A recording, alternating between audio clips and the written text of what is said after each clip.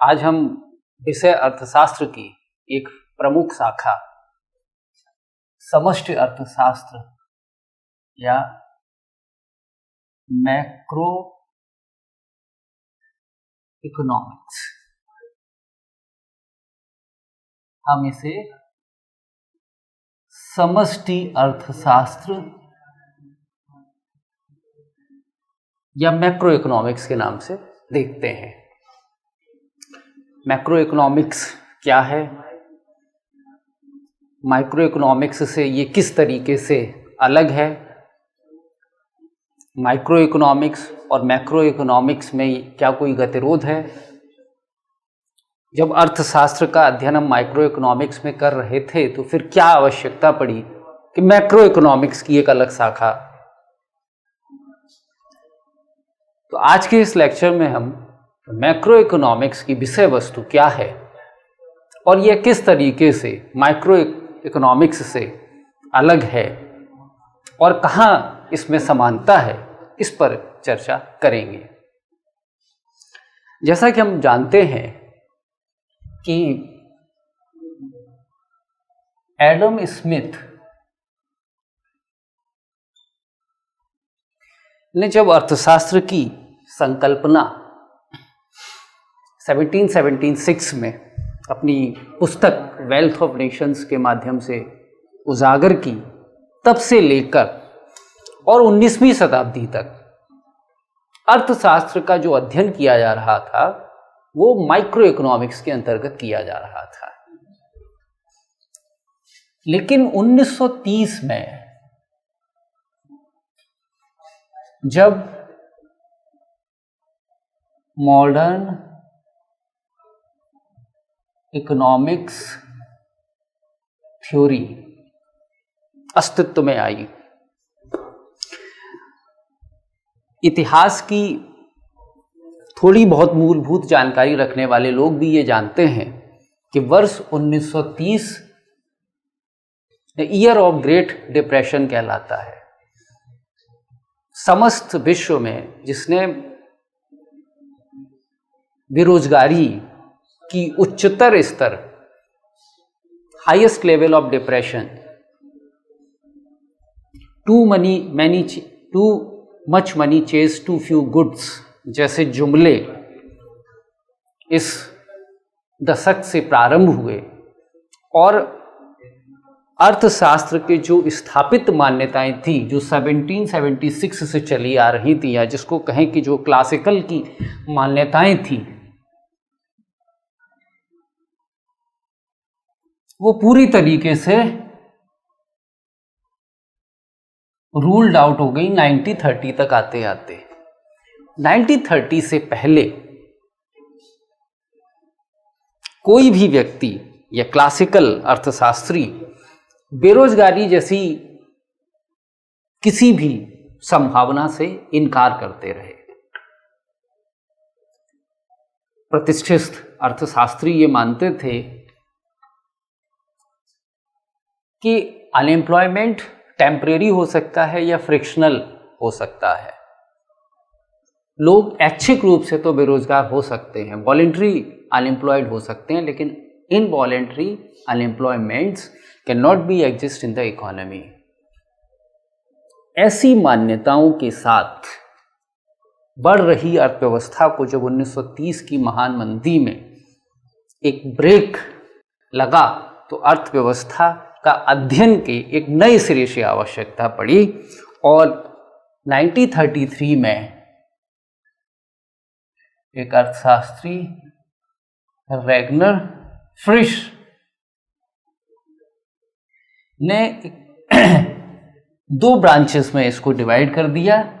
एक कहा गया माइक्रो इकोनॉमिक्स और दूसरा कहा गया मैक्रो इकोनॉमिक्स। अगर शब्दतः समझना चाहें तो माइक्रो इकोनॉमिक्स को कहते हैं study of individual, study of small. Macro economics का जो स्टडी है that is aggregate, that is study is a big concept. अगर हम इसे एक उदाहरण से समझना चाहें और प्राइस थ्योरी और इनकम थ्योरी, एक प्राइस थ्योरी और दूसरा इनकम थ्योरी, अगर हम इस उदाहरणों के माध्यम से माइक्रो इकोनॉमिक्स और मैक्रो इकोनॉमिक्स की में वस्तुगत अंतर देखना चाहें तो आप देखें कि प्राइस थ्योरी में एक्स एक्सिस पे हमने क्वांटिटी ले ली, मात्रा जिसको कहते हैं, वाई एक्सिस पे हमने प्राइस ले लिया, कीमत। ये मांग वक्र है नेगेटिव, ये सप्लाई वक्र है और यहां पर दोनों इंटरसेक्ट कर रहे हैं। ये आपका एक इक्विलिब्रियम पॉइंट हो गया, इसको कहते हैं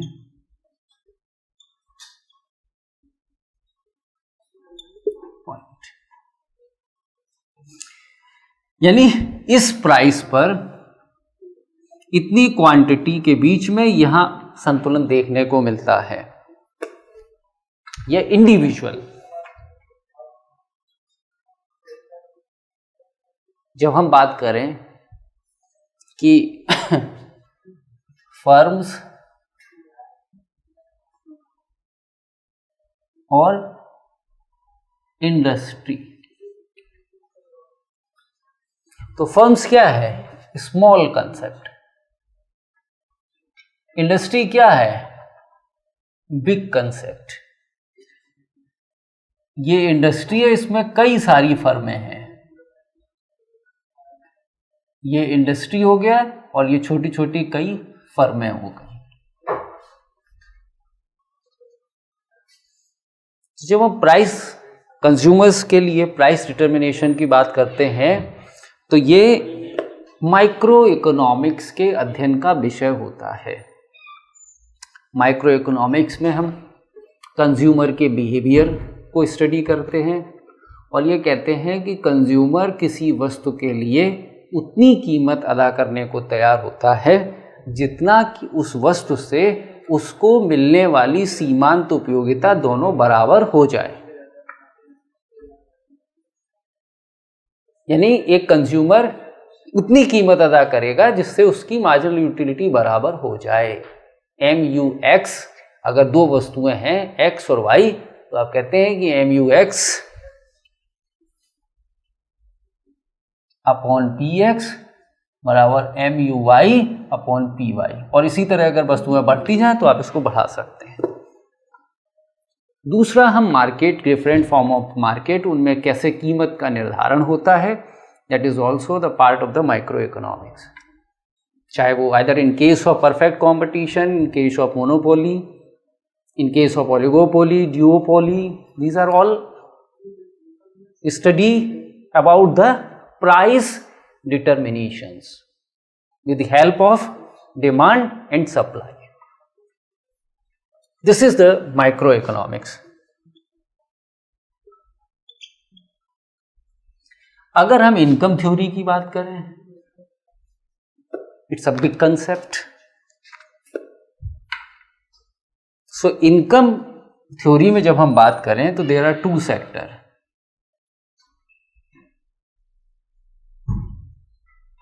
house hold sectors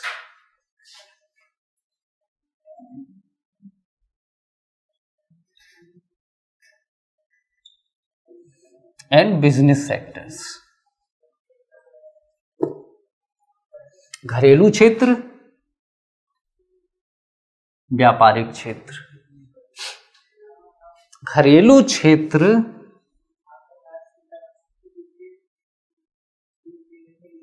factor of productions को देगा किसको? व्यापारिक क्षेत्र को देगा। फैक्टर ऑफ प्रोडक्शंस में क्या हो गया? Land, labour, capital. House hold sector is the owner of factor of production. उत्पादन के जो साधनों का मालिकाना हक है वो किसके पास है? वो है आपका हाउस होल्ड सेक्टर्स, घरेलू क्षेत्र के पास। तो घरेलू क्षेत्र ने बिजनेस क्षेत्र को फैक्टर ऑफ प्रोडक्शन की सप्लाई किया, लेकिन ये फैक्टर ऑफ प्रोडक्शन की सप्लाई उसने क्यों किया? भूमि ने, लेबर ने और पूंजी ने। क्यों? बिजनेस क्षेत्र से इसको प्रतिफल मिलेगा, रेट ऑफ रिटर्न मिलेगा, लैंड को रेंट मिलेगा, लैंड को लेबर को वेज मिलेगा, कैपिटल को रेट ऑफ इंटरेस्ट मिलेगा, और ये जो प्रतिफल है that is income of the factor of production.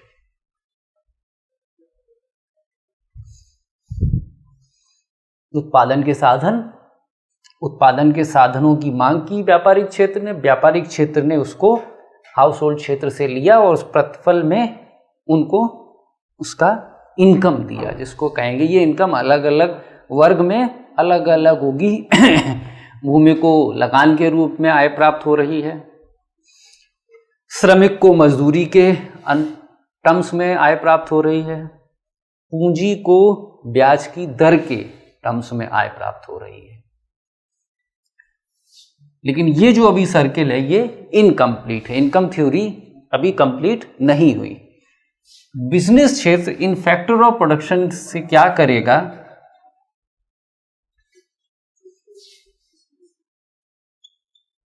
Goods and services, जो उसने उत्पादन के साधन घरेलू क्षेत्र से मंगाए उनसे वह वस्तुएं उत्पादित करेगा, सेवाएं उत्पादित करेगा। लेकिन व्यापारिक क्षेत्र इन वस्तुओं और सेवाओं का उत्पादन किसके लिए करेगा? वो घरेलू क्षेत्र के लिए करेगा। और घरेलू क्षेत्र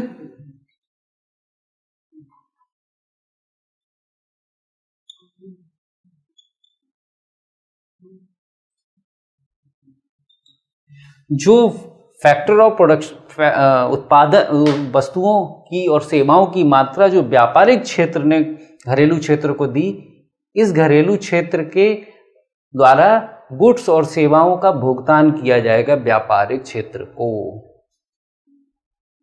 यानी जो फ्लो ऑफ इनकम है that is circular, this is called circular flow of income.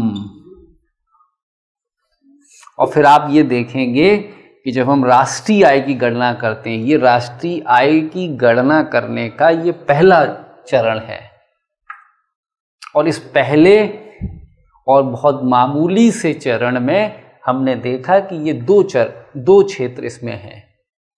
जब हम आगे बढ़ते जाएंगे तो इसमें क्षेत्रों की संख्या बढ़ती जाएगी। यानी जब हम राष्ट्रीय आय की संकल्पना की बात करेंगे, अकाउंटिंग ऑफ नेशनल इनकम की बात करेंगे, तो ये मैक्रो इकोनॉमिक्स का पार्ट हो जाएगा। इस तरीके से हम देखें कि जो इंडिविजुअल और एग्रीगेट की बात की गई थी उसमें इनकम थ्योरी और प्राइस थ्योरी के माध्यम से हम माइक्रो इकोनॉमिक्स और मैक्रो इकोनॉमिक्स में अध्ययन कर सकते हैं।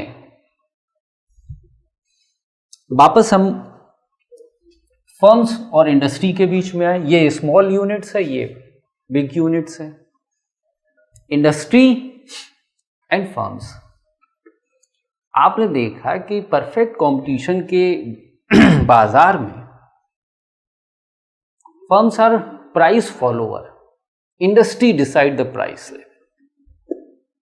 अब आप ले लें कोई इंडस्ट्री जिसमें फास्ट फूड्स में भी जो स्नैक्स हैं आजकल, पिज्जा और बर्गर आप ले लें, तो there are so many firms are. McD का है, पिज्जा हट है, डोमिनोज है, KFC है, these are the firms. And industry is the fast food. You can say the fast food industry. The specific product is pizza. Biscuit is an industry. There are a number of firms, Parle, Britannia, ITC. There are many firms. Cement is an industry. Tata, Ultratech, Minani. There are many firms are there. Beverage industry. Pepsi, Cola, 7up. These are the firms. So firms are a small concept. The industry is a big concept. So when the new firms want to enter into the markets, firms are required to follow the existing price which is decided by the industry. कोई नई firm जब बाजार में प्रवेश करेगी तो वो industry के पहले से ही तय कीमत का अनुपालन करेगी, सामान्य अवधारणा है।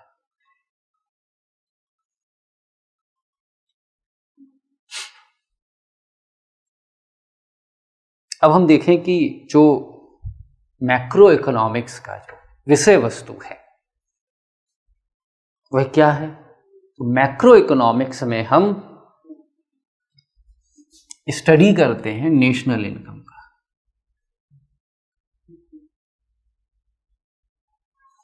इकोनॉमिक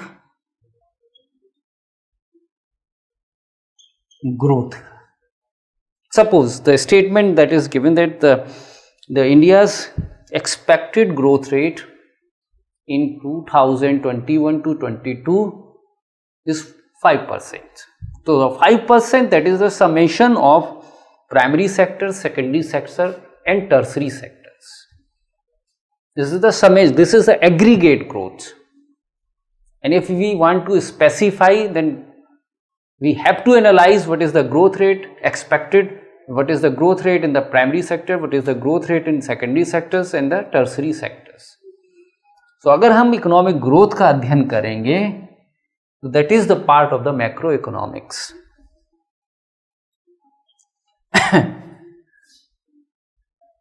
इंटरनेशनल ट्रेड, अंतरराष्ट्रीय व्यापार, तो बैलेंस ऑफ पेमेंट, और you can say the export and import analysis. तो अगर हम अध्ययन करना चाहें कि एक देश का बाकी विश्व के देशों के साथ बैलेंस ऑफ पेमेंट का क्या स्ट्रक्चर्स है, that is also the part of the macro economics.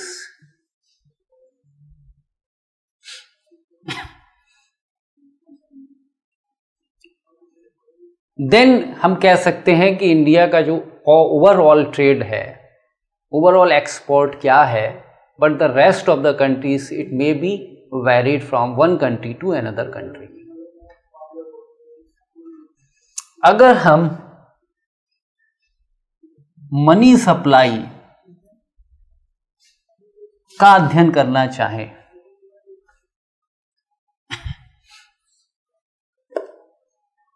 what is money supply? If money supply is there, that means obviously there is a demand for money. We can say that MD is equal to MS. Suppose this is money demand, मुद्रा की मांग, और ये मुद्रा की आपूर्ति। अगर हम इन दो चीजों को लेके चलें तो ये व्यवस्था ठीक ठीक इसी के समतुल्य है। मुद्रा की मांग करने वाले लोग हैं और मुद्रा की आपूर्ति करने वाले लोग हैं। लेकिन मुद्रा की जब हम मांग और आपूर्ति करें तो मुद्रा की मांग करने वाले कौन कौन से लोग हैं? मुद्रा की मांग करने वाले लोग वह हैं जो वस्तुओं और सेवाओं का उपभोग करना चाहते हैं।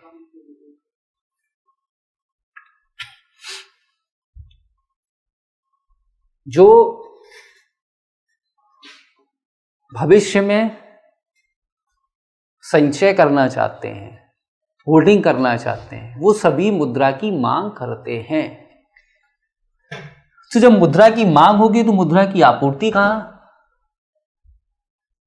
मुद्रा की आपूर्ति कौन करेगा? तो मुद्रा की आपूर्ति करने में देश का केंद्रीय बैंक के अलावा देश के वाणिज्यिक बैंक, पोस्ट ऑफिस बैंक, किसी व्यक्ति के पास जो एसेट्स के रूप में संपत्ति अर्जित की गई, यह भी मुद्रा की आपूर्ति का भाग होगा।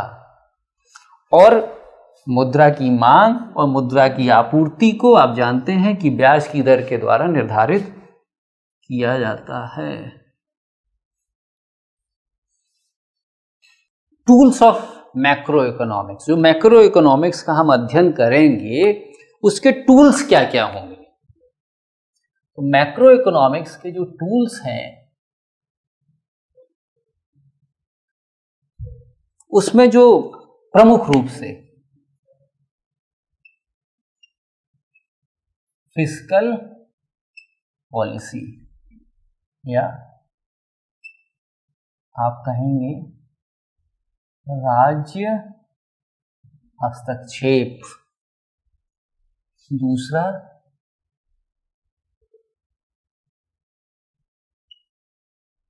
मॉनेटरी पॉलिसी या जिसको आप कहेंगे बाजार व्यवस्था। यानी मैक्रो इकोनॉमिक्स यानी समष्टि अर्थशास्त्र का जो हम अध्ययन करेंगे तो उसके आपके पास दो प्रमुख वेरिएबल्स होंगे। इसमें इनकम पॉलिसी भी एक वेरिएबल हो सकता है, दैट इज इंक्लूडेड इन। तो पहला होगा कि फिस्कल पॉलिसी। तो मैक्रो इकोनॉमिक्स में जब हम देखेंगे कि फिस्कल पॉलिसी की बात आती, दैट मीन्स कि राज्य का हस्तक्षेप, सरकार की भूमिका। राज्य की भूमिका किस तरीके से हो सकती है? आप जानते हैं राज्य की भूमिका तीन तरीके से हो सकती है।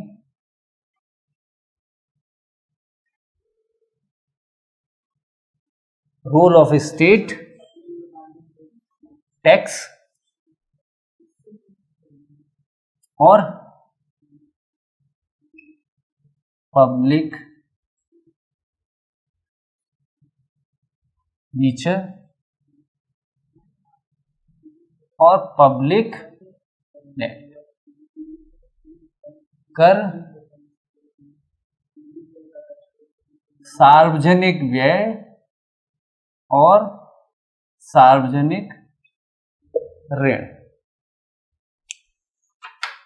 सरकार की आय का स्रोत, सरकार के व्यय का स्रोत, constructions of roads, bridges, schools, hospitals, sanitization, ये सब पब्लिक एक्सपेंडिचर्स। सरकार ने आय सृजित की, सरकार ने व्यय किया, इन दोनों के बीच में अंतर था, सार्वजनिक व्यय ज्यादा था, public expenditure is greater than tax, that's why government use for public debt. सरकार ने ऋण लिया। तो फिस्कल पॉलिसी में हम ये सारी चीजें देखते हैं कि अब कर का निर्धारण आय के आधार पर होगा। आप जानते हैं कि इनकम टैक्स का बेस आय होती है, और अगर कोई कंपनी किसी वस्तु का उत्पादन करती है तो उस पर जो कॉरपोरेशन टैक्स लगता है वो भी उसका भी बेस जो होता है वो इनकम होता है।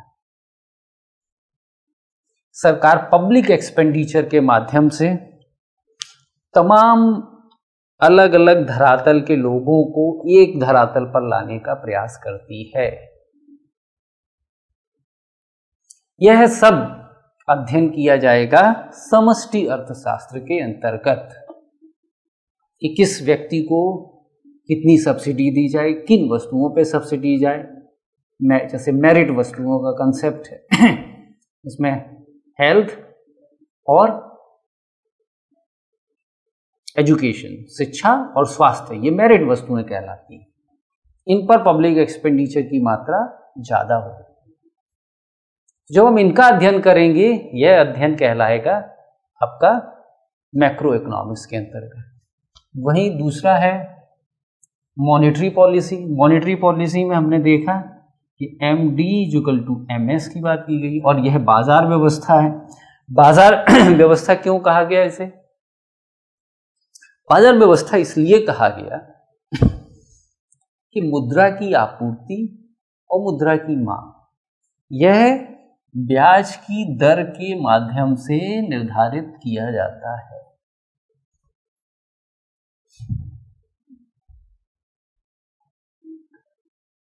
आप जानते हैं कि बैंक्स जो होते हैं, कॉमर्शियल बैंक्स जो लोन देने का काम करते हैं,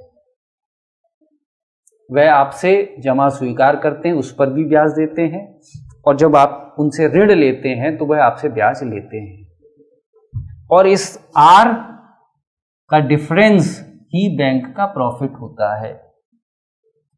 अपनी जमा स्वीकार्यता पर बैंक कम ब्याज की दर देते हैं, और जब स्वयं ऋण देते हैं तो ब्याज की अधिक दर चार्ज करते हैं।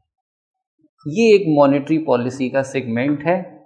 और आप जानते हैं कि क्रेडिट की मात्रा से ब्याज की दर कम है, उसका सीधा सीधा प्रभाव निवेश पर पड़ता है, इन्वेस्टमेंट पर पड़ता है। और जब निवेश, आप जानते हैं कि एक इकाई निवेश से उपभोग में कई गुना वृद्धि होती है। ऐसी कई थ्योरीज हैं जिसको हम आगे के लेक्चर्स में देखेंगे। तो ये basically these are the tools, with the help of these tools, fiscal policy, monetary policy, और इसका अध्ययन हम मैक्रो इकोनॉमिक्स को समझने के लिए, अर्थव्यवस्था को या पूरे आर्थिक निकाय को, इकोनॉमिक सिस्टम को समझने के लिए करते हैं। क्यों आवश्यक था इसका अध्ययन? देखिए, आय के दो भाग होते हैं, Y=C+S। आय,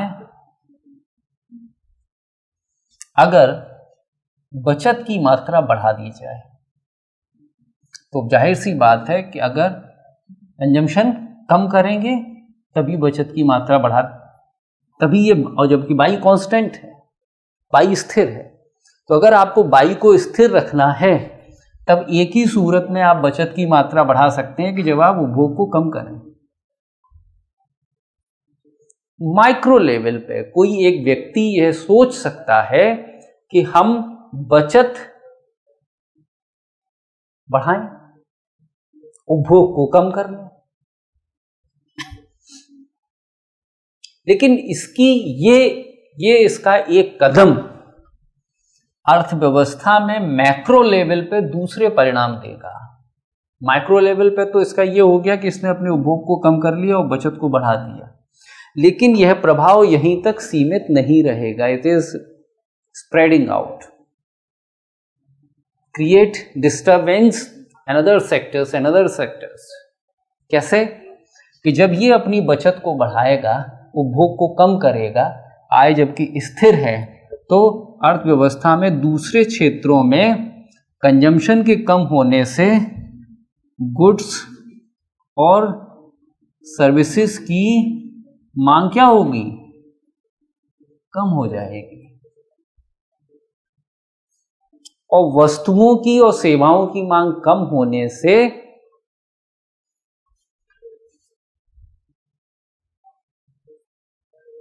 जब 100 इकाई उत्पादित हो रही थी, जब Y=C+S था, ये कोई एक स्थिति दी हुई थी, बाद में स्थिति बदल के ये वाली हो गई जिसमें Y कांस्टेंट रहा, S को बढ़ाया गया।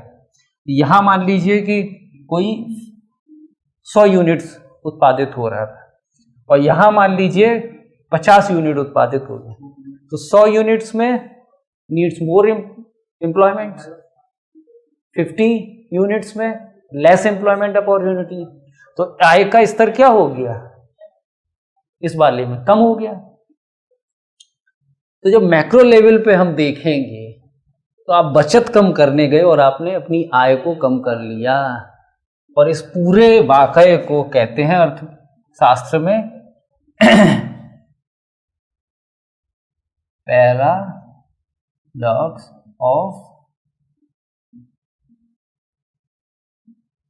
थ्रिफ्ट, बचत का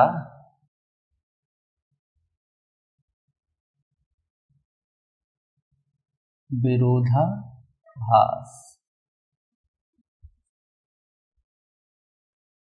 यानी माइक्रो लेवल पर जो बात बचत तक सीमित थी, उपभोग तक सीमित थी, उसने मैक्रो लेवल पे आपके आय के ऊपर प्रभाव डाला। तो हम कह सकते हैं कि माइक्रो इकोनॉमिक्स और मैक्रो इकोनॉमिक्स का सेपरेट अध्ययन, that is essential to understand the whole economic system, but the objectives of the microeconomics and macroeconomics are not these are basically complement to each other. There is no contradictions in the microeconomics and the macroeconomics. इनका अध्ययन एक पूरक के रूप में किया जाता है। पूरक के रूप में अध्ययन करने से हम पूरे इकोनॉमिक सिस्टम को समझने का प्रयास करते हैं।